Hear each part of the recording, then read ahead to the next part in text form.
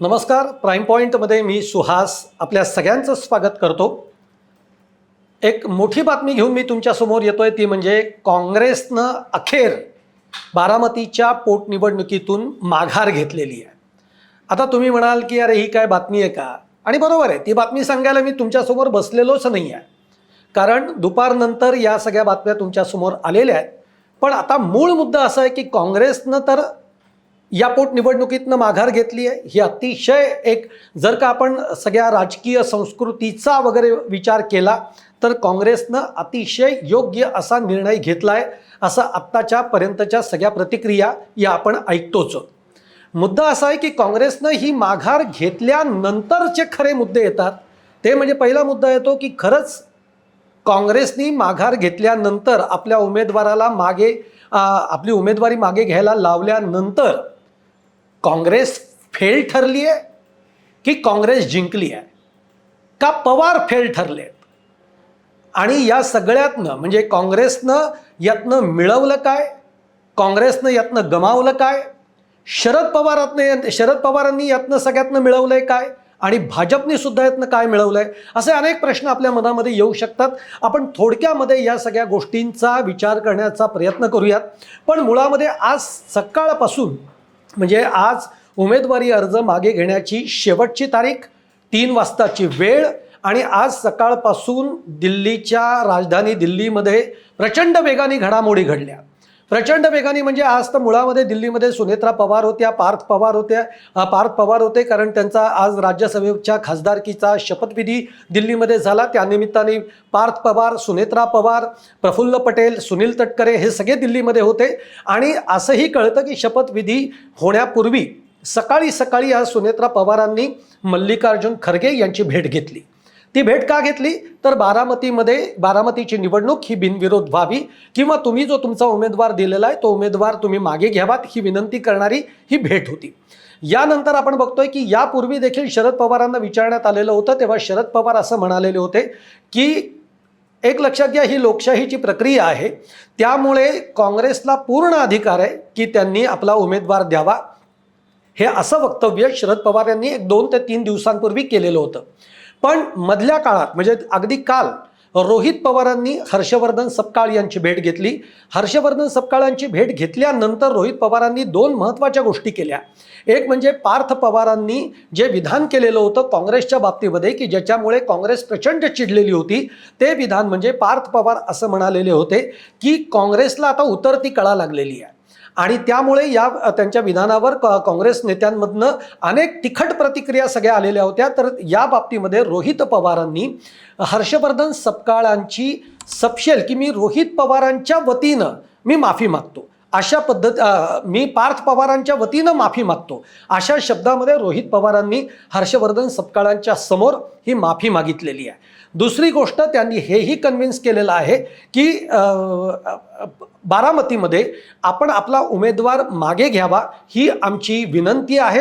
ही विनंतीसुद्धा त्यांनी तिथे मांडलेली आहे. त्यामुळे या सगळ्याचा एक इम्पॅक्ट आपल्याला बघायला मिळतोय. याच दरम्यानच्या काळामध्ये एक चर्चा अशी सुरू झाली, याच्यानंतर खरं तर सुरू झाली, कारण रोहित पवारांच्या नंतर आज शरद पवारांनी अत्यंत महत्त्वाचं विधान केलेलं आहे. आणि ते विधान म्हणजे ते म्हणले की एकतर ही जी निवडणूक लागली आहे ही अत्यंत अपघाताने लागली आहे. अजितदादांचा दुर्दैवी मृत्यू झाला विमान अपघातामध्ये, आणि त्यामुळे ही पोटनिवडणूक लागते. पण अजितदादा हे एक लोकनेते होते, लोकप्रिय नेते होते, कर्तबगार नेते होते, आणि अचानक ते आपल्यातनं निघून गेलेले आहेत. आणि अशा परिस्थितीमध्ये ही निवडणूक लागती आहे, त्यामुळे ती बिनविरोध व्हावी ही खरं तर सगळ्यांचीच एक भावना आहे. आणि त्यामुळे मी काँग्रेसला हा सल्ला देतो की त्यांनी आपला उमेदवार मागे घ्यावा. पण सर्वस्वी हा काँग्रेस पक्षाचा निर्णय असणार आहे की त्यांनी उमेदवार मागे घ्यायचा की नाही. अर्थात ही आपल्याला माहिती आहे, ही शरद पवारांची एक खासियत आहे, ही एक त्यांची स्टाईल आहे. ते कधी ऑर्डर करत नाही की तुम्ही मागे घ्या, त्यांनी सांगितलं मी एक सल्ला देतो. शरद पवारांचा सल्ला म्हणजेच एक प्रकारचा तो आपण म्हणूयात की आदेश असतो. म्हणजे अगदी बाळासाहेब ठाकरेंच्या शब्दांमध्ये बोलायचं झालं तर तो आदेश असतो. पण त्यानंतर मग वेगाने घडामोडी घडायला लागल्या. पण या सगळ्या दरम्यान एक चर्चा अशीही सुरू झाली की इकडे पवार कुटुंबीय एवढा इंटरेस्ट घेत आहेत आणि पवार कुटुंबीय म्हणजे रोहित पवार बोलतायत, शरद पवार बोलतायत, सुप्रिया सुळेंनी सुद्धा विधान केलेलं आहे की बारामतीची निवडणूक ही बिनविरोध व्हावी. मग एवढं सगळं होत असताना अजित पवारांच्या राष्ट्रवादीमधले नेते काय करतायत? म्हणजे सुनेत्रा पवारांनी भेट घेतलेलीच आहे मल्लिकार्जुन खरगेंची, ती आज घेतलेली आहे. पण मग सुनील तटकरे का नाही बोलत आहेत? प्रफुल्ल पटेलांनी का नाही कुणाशी चर्चा केली? हे सगळे प्रश्न मधल्या काळामध्ये उपस्थित झाले, म्हणजे आजच्याच दिवसभरामध्ये. पण त्याच दरम्यान आपण बघितलं राष्ट्रवादीचे जे आमदार आहेत मकरंद पाटील यांनी सना मलिकांच्या बरोबर आज हर्षवर्धन सपकाळ यांची भेट घेतलेली आहे आणि त्यांनी सुद्धा ही निवडणूक बिनविरोध व्हावी यासाठी तुमचा उमेदवार मागे घ्या या सगळ्या विनंत्या केलेल्या आहेत. हे सगळं हर्षवर्धन सपकाळ हे आपल्या दिल्लीतल्या श्रेष्ठींशी बोलत होते, म्हणजेच राहुल गांधींशी ते बोलत होते, मल्लिकार्जुन खरगेंशी ते बोलत होते आणि नेमकं काय करायचं हा सगळा एक पेच या माध्यमातून निर्माण झाला. हाही प्रश्न आपल्या डोळ्यासमोर पडला की म्हणजे काही बातम्या तर यायला पण लागल्या की काँग्रेस माघार घेते म्हणून. मग काँग्रेसला जर का माघार घ्यायचीच होती किंवा घ्यायचीच आहे तर मग इतक्या शेवटच्या क्षणापर्यंत काँग्रेसनी का ताणलं हा देखील एक प्रश्न याच्यातनं निर्माण होतो. आणि या सगळ्या वाटाघाटींमध्ये एक फोन मुख्यमंत्री देवेंद्र फडणवीस यांनी सुद्धा हर्षवर्धन सपकाळ यांना केला आणि मुख्यमंत्र्यांनी देवेंद्र फडणवीसांनी हर्षवर्धन सपकाळ यांना विनंती केली की आपण आपला उमेदवार बारामतीमधला हा मागे घ्यावा, अशा पद्धतीची विनंती ही फडणवीसांनी केली. या सगळ्या गोष्टी चर्चेला गेल्या आणि त्यानंतर दुपारी 2-2:15च्या दरम्यान म्हणजे आता ही उत्कंठा लागलेली होती की नेमके काँग्रेसची भूमिका काय आहे, कारण 3 वाजेपर्यंत तर अर्ज मागे घेण्याची मुदत आहे, 3 नंतर तो घेतला जाणार नाही आणि 2 तर वाजून गेलेले आहेत. तेवढ्यात मग हर्षवर्धन सपकाळ हे माध्यमांच्या समोर आले, पत्रकार परिषद त्यांनी घेतली आणि आता हर्षवर्धन सपकाळ काय बोलणार, म्हणजे उमेदवारी मागे घेणार की नाही घेणार या विषयावर ते काय बोलतात याच्याकडे सगळ्यांचं लक्ष लागलं. पण उमेदवारी आम्ही मागे घेतोय हे सांगायला हर्षवर्धन सपकाळ जरी आलेले असले तरीही त्यांनी जी एक अर्धा तास मांडणी केलेली आहे ती अत्यंत ज्याला म्हणतो ना की ती भाजपसाठी सुद्धा खूप महत्त्वाची आहे. आणि सगळ्यात महत्त्वाचं म्हणजे जे पवार कुटुंबीय आहे या पवार कुटुंबियांसाठी सुद्धा एक मोठा मेसेज हा हर्षवर्धन सपकाळांच्या या पत्रकार परिषदेमधनं मिळालेला आहे. पहिली 15 ते 20 मिनिटं तर हर्षवर्धन सपकाळ यांनी भाजपवर तोंडसुख घेतलंय. म्हणजे एक गोष्ट त्यांनी ठासून सांगितलेली आहे की या देशामध्ये जर का भाजपचा कट्टर विरोधक जर कोणी असेल तर तो फक्त आणि फक्त काँग्रेसच आहे. मी तुम्हाला सांगतो आजच्या शेवटच्या क्षणापर्यंत सुद्धा काँग्रेस जे काही ताणून धरत होती हेच काँग्रेसला दाखवायचं होतं. मुद्दा सुनेत्रा पवार उभ्या राहत आहेत आणि आपण बिनविरोध करायची हा नाही आहे. सुनेत्रा पवार या महायुतीच्या उमेदवार आहेत. या महायुतीमध्ये मोठा भाऊ भाजप आहे आणि या भाजपची ध्येय धोरणं ही आपल्या विचार हे आपल्याला पसंत नाहीत. याच भाजपचा कट्टर विरोधक हा काँग्रेस आहे आणि त्यामुळेच आम्ही सुनेत्रा पवारांच्या विरोधामध्ये उमेदवार देतोय. हा मेसेज अत्यंत क्लीनली आत्तापर्यंत देण्यात आला होता आणि तो आत्तापर्यंत टिकवून ठेवण्यामध्ये काँग्रेस यशस्वी झालेला आहे. म्हणजे काँग्रेसनी या गेल्या 3 ते 4 दिवसांमध्ये जर का काही केलं असेल तर काँग्रेसनी महाराष्ट्राला हे दाखवून दिलंय की भाजपचे आम्ही कट्टर विरोधक आहोत. मग आम्हाला आता बाकी कोणाचीही गरज नाही.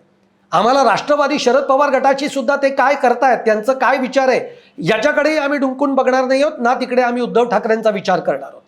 त्यांनी वेळ प्रसंगी काय भाजपच्या विरोधामध्ये लढावं, वेळ प्रसंगी भाजपशी हातमिळवणी करावी, आता आम्हाला काही फरक पडत नाही. आता आम्ही आमच्या पद्धतीनं आम्हाला जसं वाटतं तशा पद्धतीनं आता काँग्रेसची याच्या पुढची वाटचाल जी आहे ही चालू राहणार आहे. हे अगदी ठासून पोचवण्यामध्ये काँग्रेस यशस्वी झालाय. दुसरी गोष्ट, आज अजितदादांचा विमान अपघातामध्ये दुर्दैवी मृत्यू झाला. रोहित पवार ओरडून ओरडून सांगतायत की याच्यामध्ये घातपाताची शक्यता आहे. मग त्याचा साधा FIR त्याचा गुन्हा हा महाराष्ट्रामध्ये का दाखल करून घेतला जात नाहीये? तो कर्नाटकामध्ये दाखल करून घेतला जातो 0 FIRच्या याच्या अंडर. आणि ते सुद्धा राहुल गांधींनी रोहित पवारांना सल्ला दिल्यानंतर हा कर्नाटकामध्ये 0 FIR दाखल करण्यात आला. तो 0 FIR तुम्ही महाराष्ट्रामध्ये आणून त्याची चौकशी सुरू करा हे आतापर्यंत करत नाही आहे. हे जर का भाजपने सांगितलं आम्ही FIR दाखल करून घेतो तरीही आम्ही बारामतीमध्ये उमेदवार देणार नाही. एक लक्षात घ्या, काँग्रेसने जे आत्ता या दरम्यान जे काही फासे टाकलेले आहेत ते अत्यंत म्हणजे 2029च्या दृष्टीनं काँग्रेसची वाटचाल कशी असणार आहे हे सांगणारे हे फासे टाकलेले आहेत. आणि त्यामुळे या बाबतीमध्ये प्रचंड एक कोंडी भाजपची सुद्धा केली, एक प्रकारे सुनेत्रा पवारांच्या राष्ट्रवादीची केली आणि तिकडे शरद पवारांची सुद्धा केली. की तुम्हाला भाजपबरोबर जायचं असेल तुम्ही जाऊ शकता, तुम्हाला भाजपशी अप्रत्यक्ष संधान साधायचं आहे तुम्ही साधू शकता, आता आम्ही तुमच्याबरोबर राहूच असं नाही आहे. हे काँग्रेसनी सांगण्यामध्ये यशस्वी ठरलं आहे. पण या सगळ्या घडामोडींनंतर शेवटी सुनेत्रा पवार सुद्धा त्यांना असं म्हणाल्या की एक महाराष्ट्राची संस्कृती आहे याचा तुम्ही विचार करा आणि ज्या पद्धतीची आपत्ती आज आपल्या सगळ्यांवर आहे याचा सहानुभूतिक विचार करून तुम्ही उमेदवारी मागे घ्यावी. आणि शेवटी हर्षवर्धन सपकाळ म्हणाले की मी ही उमेदवारी आम्ही मागे घेतो आहोत, आमचे पक्षश्रेष्ठी तसे विचार करतायत आणि आमचा राज्यामधले जे नेते आहेत त्यांच्यामध्ये सुद्धा आमचा हा विचार झालेला आहे. त्यामुळे ही बारामतीच्या पोटनिवडणुकीमध्ये जो उमेदवार मोरे म्हणून जे काही उभे करण्यात आलेले आहेत त्यांची उमेदवारी आम्ही मागे घेतो आहोत, हे अखेर हर्षवर्धन सपकाळ यांनी सांगून टाकलं. आता मुद्दा असा आहे की याच्यातनं काँग्रेसनं कमावलं काय, काँग्रेसनं गमावलंय काय? तर गमावलंय असं की एक लक्षात घ्या, पार्थ पवार जे म्हणाले होते की हा डाऊनफॉल सुरू झालाय काँग्रेसचा, यावर काँग्रेसच्या नेत्यांनी प्रचंड तिखट प्रतिक्रिया दिलेल्या होत्या. आज त्याच पार्थ पवारांनी ना माफी मागितलेली आहे, ना सॉरी म्हटलेलं आहे, ना त्याच्यावर जाऊन कुणाला काही ते बोललेले आहेत, ना सुनेत्रा पवार बोललेले आहेत, ना राष्ट्रवादीतले कुठले जे महत्त्वाचे नेते आहेत ते काही बोललेले आहेत.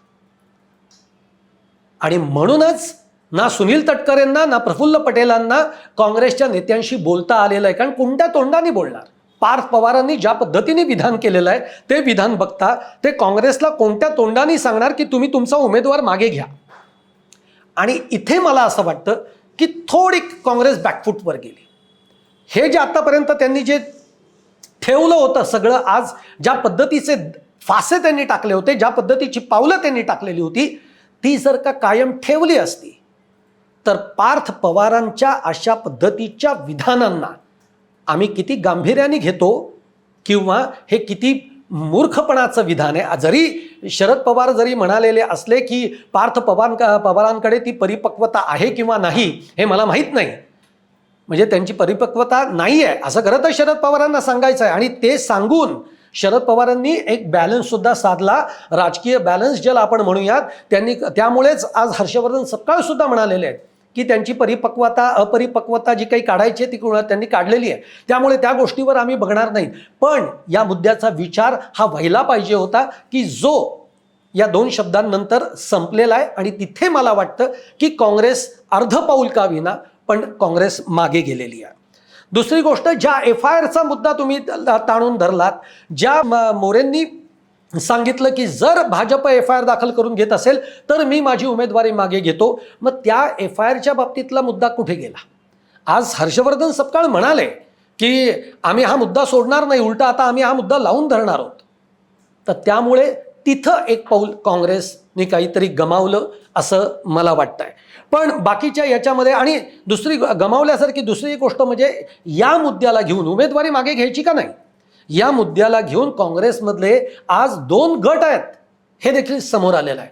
म्हणजे वडेट्टीवारांना तर इतकी घाई झालेली होती की वडेट्टीवारांनी सकाळी येऊनच आम्ही उमेदवारी मागे घेतो आहोत अशा पद्धतीचा निर्णय होतो आहे हे त्यांनी सांगूनही टाकलं राज्याला. जे की सपकाळ शेवटपर्यंत म्हणत होते की अजून श्रेष्ठींचा निर्णय येत नाही आणि अजून आमचा निर्णय झालेला नाही, अजूनही आम्ही उमेदवारी लढवण्याच्याच विचारांमध्ये आहोत. त्यामुळे 2 गट या निमित्ताने समोर आले. या 2 गटाचाच विचार असा होता की एक तर बारामतीमध्ये एक गट असं म्हणत होता जो सपकाळांच्या बाजूने होता की आज बारामतीमध्ये आपण 45 वर्ष आपला उमेदवार दिला नाही आमदारकीसाठी, आणि आज आपण तो देतो आहोत या निमित्ताने. आणि आज एक काँग्रेस एका वेगळ्या विचारांनी पुढे जाण्याचा प्रयत्न करतोय, एक स्पेस आपली स्वतःची तयार करतोय. आज कुठेतरी राष्ट्रवादी, उद्धव ठाकरेंची शिवसेना यांना आपण घेऊ न घेऊ हे सगळे विचार सोडून देऊन काँग्रेस आपली स्वतःची एक वाटचाल चालतोय. अशा वेळेला उमेदवारी आपण मागे घेता कामा नाही आहे. हा एक विचारांचा गट होता. आणि जो वडेट्टीवारांसारख्या विचारांचा एक गट आहे की जी संस्कृती म्हणून जो त्याच्याकडे बघतोय तो एक गट होता. पण ठीक आहे, अशा पद्धतीचे गट हे प्रत्येक पक्षामध्ये असतात. आणि यानंतर मात्र ही उमेदवारी मागे घेण्यात आलेली आहे. पण जरी ही उमेदवारी काँग्रेसनी मागे घेतलेली असली तरी यातनं हर्षवर्धन सपकाळांचा ज्या काही पद्धतीचा एक प्रभावी बाणा या महाराष्ट्राला बघायला मिळालेला आहे. काँग्रेस आता पहिल्यासारखी राहिलेली नाही. ज्याला डाऊनफॉल लोक म्हणतायत, काँग्रेस संपली असं म्हणतायत, ती काँग्रेस संपलेली नाही. काँग्रेस हा पहिल्यापासून देशाचा एक मोठा पक्ष राहिलेला आहे. मधल्या काळामध्ये जरी त्याला मरगळ आलेली असली, मधल्या काळामध्ये काही लोक त्यांना सोडून गेलेली असली, तरी काँग्रेसचा विचार संपलेला नाही आहे. आणि तो विचार आता आम्ही पुनरुज्जीवित करून आमच्याबरोबर जी लोक आहेत त्यांनाच घेऊन आम्ही 2029ची वाटचाल करतो आहोत, हे ठामपणाने आज हर्षवर्धन सपकाळांनी सांगितलं आहे. हर्षवर्धन सपकाळांचा प्रेस कॉन्फरन्समधला शेवटचं जे वाक्य होतं ते फार महत्त्वाचं होतं. आणि ते वाक्य होतं पवार कुटुंबियांसाठी.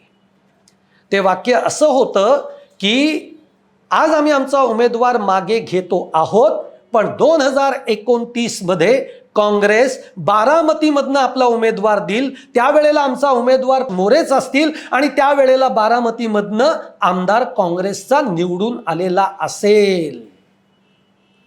एक लक्षात घ्या, आज असं म्हटलं जात आहे की शरद पवारांनी जी काही सल्ला दिला तो सल्ला काँग्रेसनी मानलेला आहे. आणि आजही बघा, शरद पवारांच्या शब्दाला वजन आहे. हे जरी आज खरं असलं, आणि हे खरं आहे, शरद पवारांच्या शब्दाला वजन आहे, शरद पवारांच्या शब्दाला किंमत आहे, हे जरी खरं असलं तरी काँग्रेसनं हे सांगून टाकलेलं आहे की पुढचा उमेदवार बारामतीमध्ये काँग्रेसचा आहे, आमदार काँग्रेसचा आहे. याचाच अर्थ पवारांचं राजकारण आता संपत चाललेलं आहे. आता काँग्रेस तिथं घोडदौड करेल. आज सपकाळ यांनी हे सांगितलेलं आहे की आज मोरेच्या रूपाने जो काही आमचा एक उमेदवार आहे हा गेली अनेक वर्ष काम करतोय. आणि आजही काँग्रेसचं तिथे ऑफिस आहे, तिथे लोक येऊन बसतात, लोकांचे ते प्रश्नांवर काम करतात, आणि आमचा एक तिथे सगळा एक वर्ग आहे. याचाच अर्थ जरी बारामती ही पवारांची असं जरी तुम्ही किती म्हणत असलात तरी काँग्रेस बारामतीमध्ये आहे, ती जिवंत आहे. आणि अशी जेव्हा वेळ आली तेव्हा आम्ही दाखवून दिलं तुम्हाला की आमच्याकडे चांगला उमेदवार आहे. त्यामुळे 2029ला काँग्रेस तिथे आपला आमदार निवडून आणेल हा विश्वास सपकाळ यांनी व्यक्त केलेला आहे. त्यामुळे हा एक प्रकारे पवारांसाठी आणि दोन्ही पवारांसाठी जे दोन शक्ल झालेली आहेत त्या अजित पवार गटासाठी आणि शरद पवार गटासाठी हा एक मोठा मेसेज काँग्रेसनं देऊ करण्याचा प्रयत्न केलेला आहे. मला म्हणजे ही जे आज हर्षवर्धन सपकाळ म्हणाले ना, मला विजय शिवतारे जे आहेत या विजय शिवतारेंचं एक वक्तव्य आठवतं. विजय शिवतारे असं म्हणाले होते ज्यावेळी ते बारामतीमधनं लढण्याचा विचार करत होते, तेव्हा ते असं म्हणालेले होते की तुम्ही असं समजू नका की बारामतीमध्ये फक्त पवार समर्थकच आहेत किंवा पवारांचेच मतदार आहेत. बारामतीमध्ये 1,00,000-1.5 लाखाच्या वर काही असे मतदार आहेत की ज्यांना पवारांचं राजकारण नको आहे. आणि म्हणून 2029च्या दृष्टीतनं जे काही काँग्रेसनं वक्तव्य केलंय, मला वाटतं की हीच सगळ्यात मोठी बातमी ही हर्षवर्धन सपकाळांच्या पत्रकार परिषदेमधनं मिळालेली आहे. जे की आम्ही उमेदवार मागे घेतो आहोत ही बातमी नसून बातमी ही आहे की 2029ला बारामतीमधनं काँग्रेसचा आमदार होईल. त्यामुळे एकूण ज्या पोटनिवडणुकीकडे आणि काँग्रेसच्या या उमेदवारीकडे ते मागे घेतात की नाही याकडे जे काही राज्याचं लक्ष लागलेलं होतं त्यावर अखेर पडदा पडलेला आहे. जरी ही निवडणूक बिनविरोध होत नसली, कारण अजून काही उमेदवार आहेत की ज्यांना आपल्या उमेदवारी अर्ज मागे घेतलेले नाहीत, पण ते उमेदवार तितके ताकदीचे नाही, ते तितके प्रभावशाली नाही आहेत. त्यामुळे सुनेत्रा पवारांचा विजय हा आता अगदी मोठ्या मताधिक्याने आहे, यामध्ये आता कोणतीही शंका राहिलेली नाही आहे. पण काँग्रेसनं शेवटच्या क्षणापर्यंत हे का ताणलं हे सांगण्याचा मी या व्हिडिओच्या माध्यमातून प्रयत्न केलेला आहे. तुम्हाला आवडला असेल तर माझ्या या व्हिडिओला लाईक करा, शेअर करा, चॅनल सबस्क्राईब करायला विसरू नका आणि तुमच्या देखील कमेंट या कमेंट बॉक्समध्ये तुम्ही जरूर टाका. धन्यवाद.